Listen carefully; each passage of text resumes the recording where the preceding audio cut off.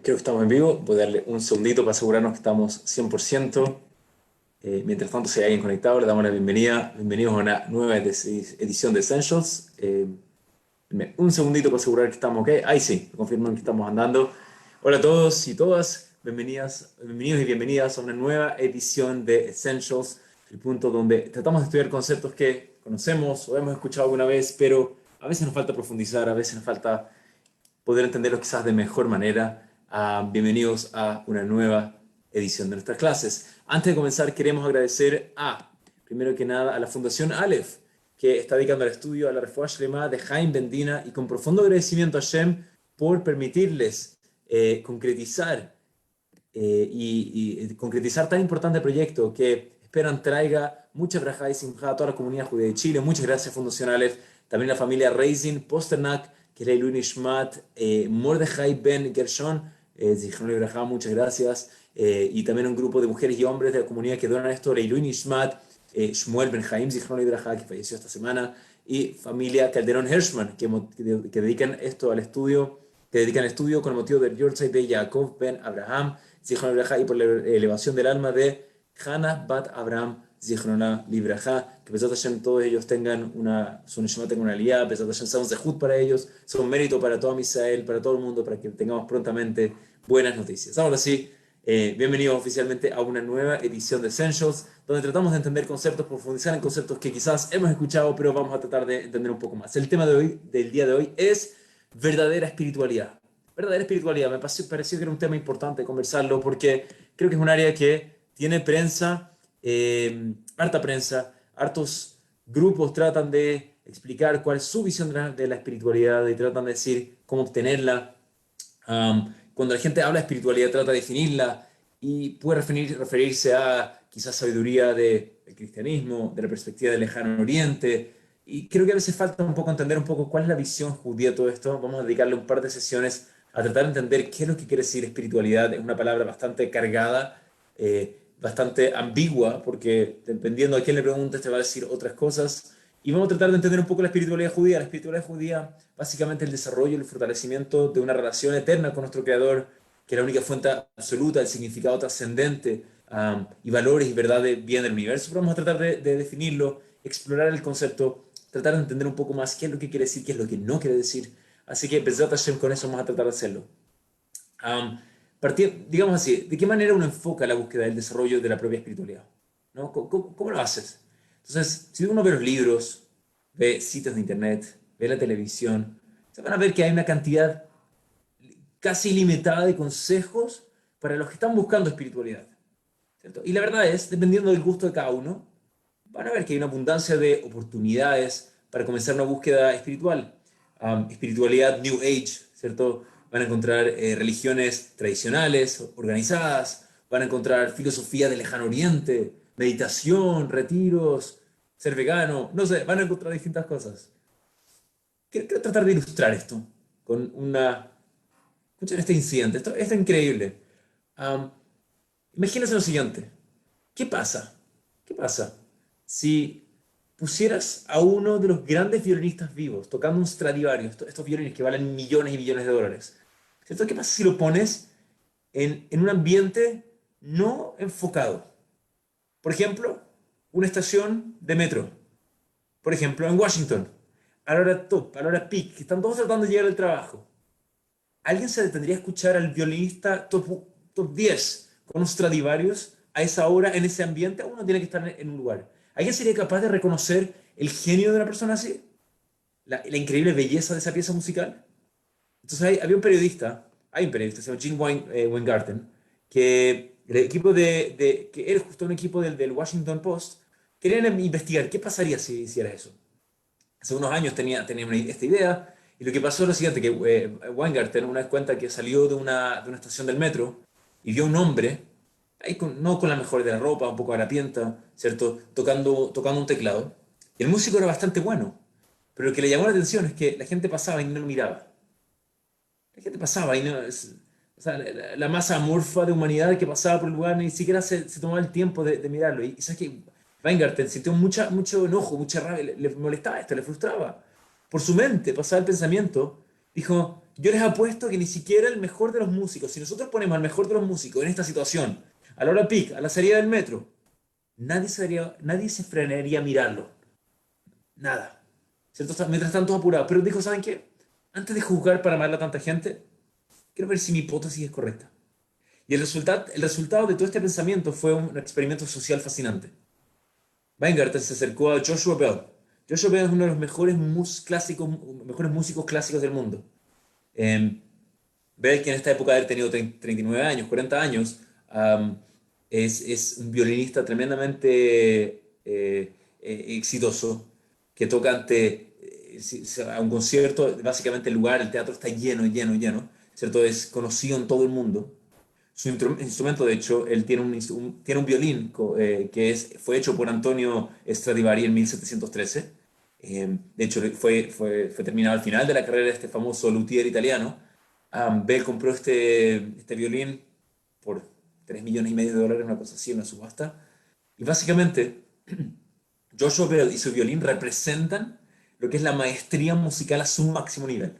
O sea, no puedes ir más arriba. O sea, estamos hablando el top de la liga en el mundo musical. Y se acercó a Weingarten, le dijo que quería hacer este experimento. Y Bell accedió, sorprendentemente rápido.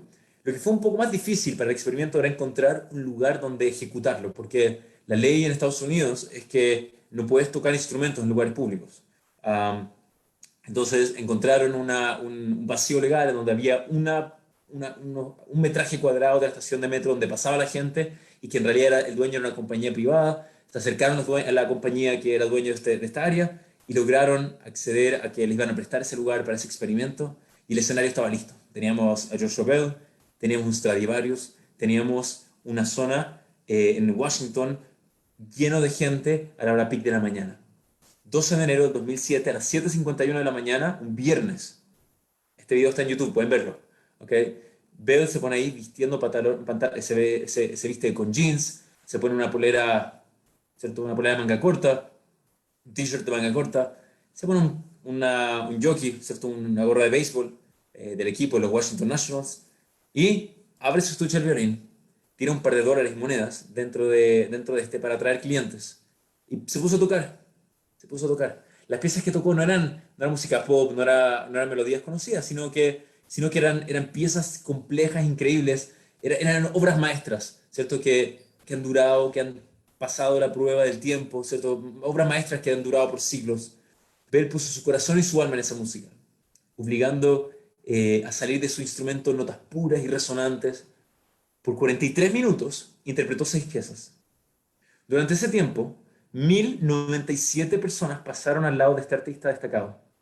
Solo 7 se detuvieron a oír la música durante más de un minuto. 27 dejaron algunas monedas mientras se apuraban a seguir su camino.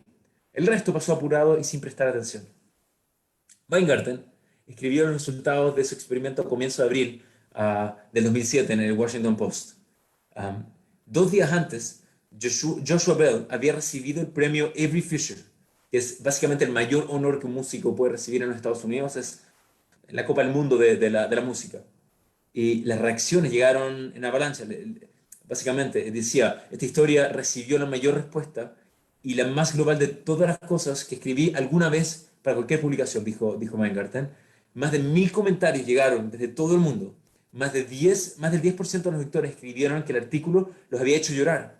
Llorar por las almas muertas que no pueden detenerse para apreciar la belleza que los rodea. Llorar por momentos perdidos, por las oportunidades que se nos escapan entre las manos y nunca regresan. Llorar por el ritmo de la vida que nos quita la esencia misma de la vida. Al igual que la mayoría de los lectores, am, todos nos ponemos a pensar. O sea, yo estaba pensando cuando escuché esta historia, cómo hubiese reaccionado yo a esa hora, en ese lugar, dada esa situación. Y yo pensé que seguramente, quizás le hubiese prestado atención, pero ¿cómo es posible que tan poca gente reaccione así? ¿Cómo es posible que teniendo a ese músico al frente nadie reacciona? Pensemos ustedes, ¿cómo hubiesen reaccionado? ¿No? ¿Le habrías prestado atención a este virtuoso musical en el subterráneo, en el metro? ¿Cuántas cosas hay a las cuales no les prestamos atención debido al ritmo acelerado de la vida? En el judaísmo natural, la búsqueda de espiritualidad comienza desarrollando una valoración por las cosas obvias, que la persona puede observar en su propio mundo. El que empezó todo este grupo, todo este movimiento fue Abraham Avinu. Abraham comenzó su travesía hacia Dios realizando estas observaciones y formulándose después una pregunta muy simple. ¿De quién es este mundo? ¿De qué se trata? ¿De quién es todo esto? Dice el Midrash en Bereshit Rabbah, dice, Amar Rabbi Yitzhak, Mashal le'echad shehaya over mimakom lemakom. Esto es un ejemplo. Imagínate que una persona que viajaba de un lugar a otro lado. ¿Y qué pasó? Verá biraja doleket. Y vio un palacio. Doleket, esa palabra doleket, vamos a traducirla. Doleket también quiere decir un fuego, pero también quiere decir que está iluminado. Vio un lugar prendido. Y se preguntó, Tomás Shavirah Zo, pero Manhing dijo, ¿puede ser que este palacio iluminado no tiene un encargado? Entonces, ¿qué pasó? Hitzitza la mira. Entonces, cuando el dueño del lugar se dio cuenta que alguien estaba mirando y tratando de ver y analizar la situación, se acercó el dueño del lugar y el que estaba manejando el edificio. Amarlo, Anihu Balavira, y le dijo, yo soy el dueño de este palacio. Dice el Midrash, Kaj le fiche allá vino Abraham, allá vino Abraham. De esta misma manera fue nuestro patriarca Abraham, Tomar Shaolam, que miraba el mundo y dijo, ¿acaso es concebible que este mundo no tenga un encargado? Hitzitza la Bakodesh Baruj. Y en ese momento se presentó el creador del universo, el santo bendito sea de amarlo. Y le dijo, sí, Anihu Baal Abraham, yo soy el amo del universo, yo soy el encargado. ¿Cómo fue que Abraham fue capaz de percibir aquello que cualquier otra persona habría podido notar? Ah, la verdad es que si hubiese prestado un poco más de atención. ¿Cómo puede ser que Abraham fue el único que vio esto? ¿Cómo Abraham fue el único que se dio cuenta de esto? En primer lugar, esto es súper importante. Abraham era objetivo en su búsqueda de espiritualidad y estaba dispuesto a aceptar las conclusiones de su exploración independientemente de lo que eso implicaba. Y vamos a hablar de eso un segundo. En segundo lugar, Abraham reconoció que el hecho mismo de que Dios creara la humanidad, que Él nos da la vida, que nos da la facultad y los recursos para vivir de manera independiente, con el libre albedrío, es el mayor gesed, el mayor bien, es el mayor acto de bondad posible. Puesto que nuestro anfitrión, Dios, ¿cierto? Nuestro manhig, todos nosotros somos huéspedes de su hogar y cada segundo de nuestra existencia estamos ahí. En tercer lugar, el descubrimiento de Dios llevó a Abraham a una conclusión revolucionaria. Y esta es que Dios estableció el mundo de tal manera que nosotros somos sus socios en la creación con respecto a lo que llamamos tikkun olam, completar y perfeccionar el universo, imitando sus atributos. Y una manera fundamental para lograrlo es que nosotros pongamos en práctica el Gesed. Pongamos en práctica el Gesed. Raf Berkowitz lo explica así. Rabbi Yitzhak Berkowitz, el fundador el Rosh Yeshiva de Esh, él dice así. Él dice, miren, todos veían el palacio y se beneficiaban de su luz.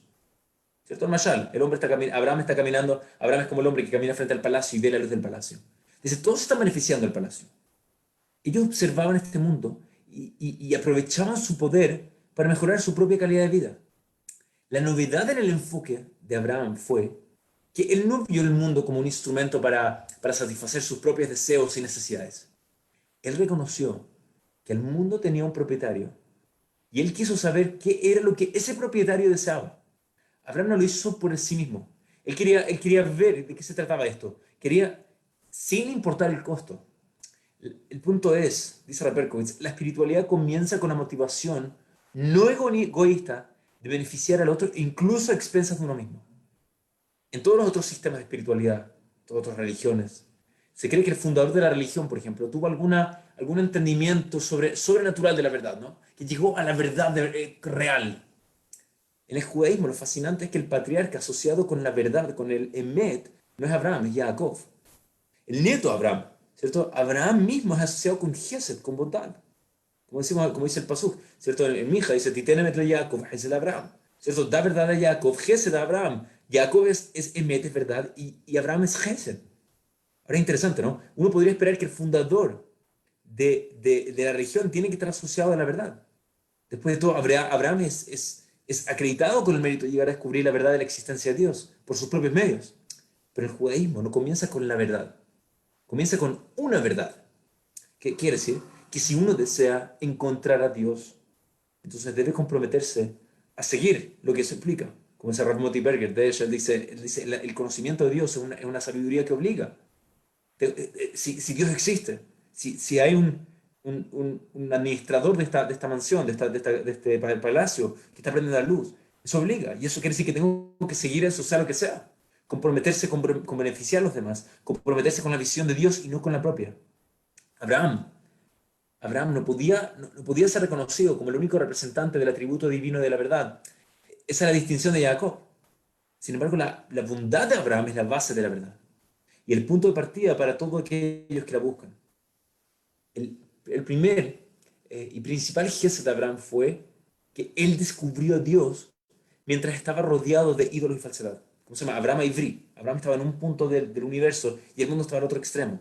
Y comenzó a hablar de la existencia de este creador. Para poder hacerlo, él debió escaparse a sus nociones preconcebidas, de la manera en la cual lo habían educado y de la comodidad de lo que era familiar para él. Él debía ver las cosas tal como eran realmente, sin los filtros del ego y del ser y de lo que él esperaba. Para descubrir, entre comillas, al artista, uno debe sacarse a sí mismo del cuadro y buscar la verdad, sin importar las consecuencias, los resultados de su descubrimiento. Ese proceso llamamos Gesed. Ese proceso es dar. Ese es hacer el bien.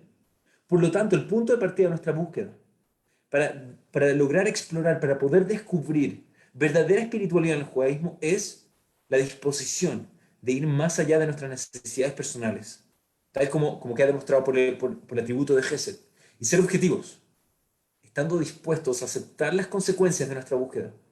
Y todo el proceso requiere un serio esfuerzo. Alguien me mandó ayer que alguien tuiteó y digo, yo creo en esta espiritualidad, pero no creo en esto, creo en esto, pero no creo en esto, y una lista así de puras cosas. No voy a decir detalles ni de qué sistema estaba hablando, pero básicamente lo que esa persona había escrito era como, yo soy vegano, pero como carne una vez a la semana, ¿no? Es como, yo hago ejercicio, pero no camino nunca. Era una contradicción lo que estaba diciendo. Déjame leerlo, Raptwersky, en su libro, lo pone de la siguiente manera. Él tiene un libro, se llama The Spiritual Self. Él escribe así. Él dice, en la búsqueda de propósito, debemos ser brutalmente honestos y francos. Si estamos buscando la verdad, debemos estar preparados a aceptar las consecuencias de la verdad. La dificultad fundamental en la búsqueda de propósito es que si finalmente encontramos un propósito, nos sentimos comprometidos a cumplirlo. Y esto de hecho es una responsabilidad. Es mucho más conveniente evitar todo el concepto, ¿no? Este es el drama, este es el tema de la espiritualidad. La espiritualidad y el confort son a menudo dos polos opuestos. Si el camino hacia la espiritualidad fuera cómodo y fuera confortable, la mayoría de la humanidad podría haberlo elegido. Sin embargo, es un camino largo, arduo, desafiante, que a menudo requiere reorientar la propia personalidad con paciencia, perseverancia, preparación para cualquier cosa que se presente. Déjame decir lo que dice Rostowski. Él cita así en su libro, página 32, él dice lo siguiente. Dice, cuando viajo por el campo, a menudo comienzo a reflexionar sobre diversos aspectos de la espiritualidad. Y se me ocurrió que la vida sería mucho más calma y tranquila si estuviéramos liberados de los pensamientos que provocan turbulencia en nuestra conciencia. Entonces paso por un campo en el cual hay vacas, pastando, y veo que tranquilas están, recostadas bajo el sol tibio, rumiando. En ese momento siento orgullo de ser un ser humano y llego a la conclusión de que estoy dispuesto a pagar el precio de la turbulencia antes que tener una tranquilidad bovina. Preferimos a veces tener la turbulencia, el drama y la dificultad porque eso es lo que nos permite ser lo que somos. Como mencionamos en Midrash, dijimos que Abraham pasó y vio un palacio iluminado. Una explicación más profunda de Midrash es que Doleket, la palabra, ¿cierto? Deleká también es un fuego. ¿Qué quiere decir? Que Abraham pasó y vio un palacio no iluminado, sino que un palacio en llama. Vio un palacio en llama. La mayoría de los comentaristas traducen ese Midrash como un palacio en llamas, de hecho. De esta manera, el reconocimiento de Abraham asume otra profundidad. Él vio que el mundo era una lucha entre el bien y el mal y se preguntó, ¿cómo es posible que nadie extinga el fuego? Y su respuesta fue, yo soy el responsable tanto por el bien como por el mal. Esto quiere decir que Abraham descubrió un mundo que contiene tanto el bien como el mal y era responsable por ambos, hacer realidad el bien y extinguir las llamas, ¿cierto? Dominar el mal también. Rav Sachs, Rabbi Jonathan Sachs, Él en el ensayo, me acuerdo, él lo que explica de cierta manera. Él dice que Abraham ve un palacio. El mundo tiene orden y por lo tanto tiene un creador, pero el palacio está en llamas. O sea, el mundo está lleno de desorden, de mal, de violencia, de injusticia. Si Dios creó el mundo, esto significa que Él también creó al hombre. Entonces, ¿por qué le permite al hombre destruir el mundo? ¿Cómo podemos resolver la contradicción del orden de la naturaleza con el desorden de la sociedad? ¿Acaso Dios puede haber creado al mundo solo para abandonarlo? Y la verdad es que desde tiempos inmemorables hasta el presente, siempre hubo dos formas de ver el mundo. La primera dice, no hay Dios, hay fuerzas opuestas, ¿cierto? Casualidad y necesidad. La casualidad se produce, la casualidad que produce variación y la necesidad que da la victoria al fuerte sobre el débil. No hay un palacio, solo hay llamas. Visión número uno, hay solo llamas, no hay Dios. El segundo punto de vista insiste que sí hay Dios. Todo lo que vemos existe porque Él lo creó. Todo lo que ocurre es porque Él así lo desea. Por lo tanto, todas las injusticias son una ilusión. Hay un palacio, pero no hay llamas. No hay llamas, hay solamente un palacio. La visión de Abraham comienza de la negación a aceptar alguna de estas respuestas, porque ambas contienen una verdad y entre ellas hay una contradicción. La primera acepta la realidad del mal. La segunda, la realidad de Dios. La primera dice que si el mal existe, entonces Dios no existe. La segunda dice que si Dios existe, el mal no existe. Pero ¿qué pasa si suponemos que ambas cosas existen? Si suponemos que existe tanto el palacio como las llamas, existe nuestro creador, existe el fuego, existe la posibilidad del mal. El judaísmo comienza no maravillándose de lo que es el mundo, sino en protesta de que el mundo no sea lo que debe ser. En este llanto, en este clamor, en esta queja sagrada, comienza la travesía de Abraham. En el corazón de la realidad hay una contradicción entre el orden y el caos. El orden de la creación y el caos que nosotros creamos. A nivel de pensamiento, no hay resolución para este conflicto. Solo puede resolverse al nivel de la acción, solamente haciendo que el mundo sea diferente a lo que es. Cuando las cosas son como deben ser, entonces hemos llegado a nuestro destino. Pero todavía no es así. No lo fue para Abraham y por ahora tampoco lo es para nosotros. Esto no implica que la visión de Abraham sobre Dios haya sido dualista, ¿no? Él entendió que Dios controla tanto el bien como el mal.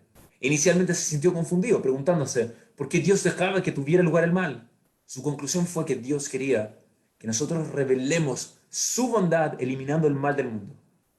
Por lo tanto, este es el nivel más profundo de nuestra travesía espiritual. Reconocer que Dios creó el mundo con la posibilidad del mal para poder revelar finalmente su unidad a través del triunfo del bien sobre el mal. En consecuencia, en nuestra búsqueda por espiritualidad reconocemos, número uno, que vivimos en un mundo que refleja el gesed de Dios, la bondad de Dios, que nos llama a ser objetivos y aceptar las consecuencias de nuestra búsqueda. Número dos, la búsqueda de una genuina espiritualidad requiere mucho trabajo y a menudo requiere una reorientación básica de nuestro carácter. Número tres, son los actos mismos de la humanidad los que llevan a un mundo caracterizado por el bien o por el mal. ¿Dónde necesitamos asumir la responsabilidad ahí es donde tenemos que asumir la responsabilidad por nuestros actos? Esta es la expresión de nuestra espiritualidad. En este contexto, Besat Shemamá puede seguir analizando un poco más la definición judía de la espiritualidad.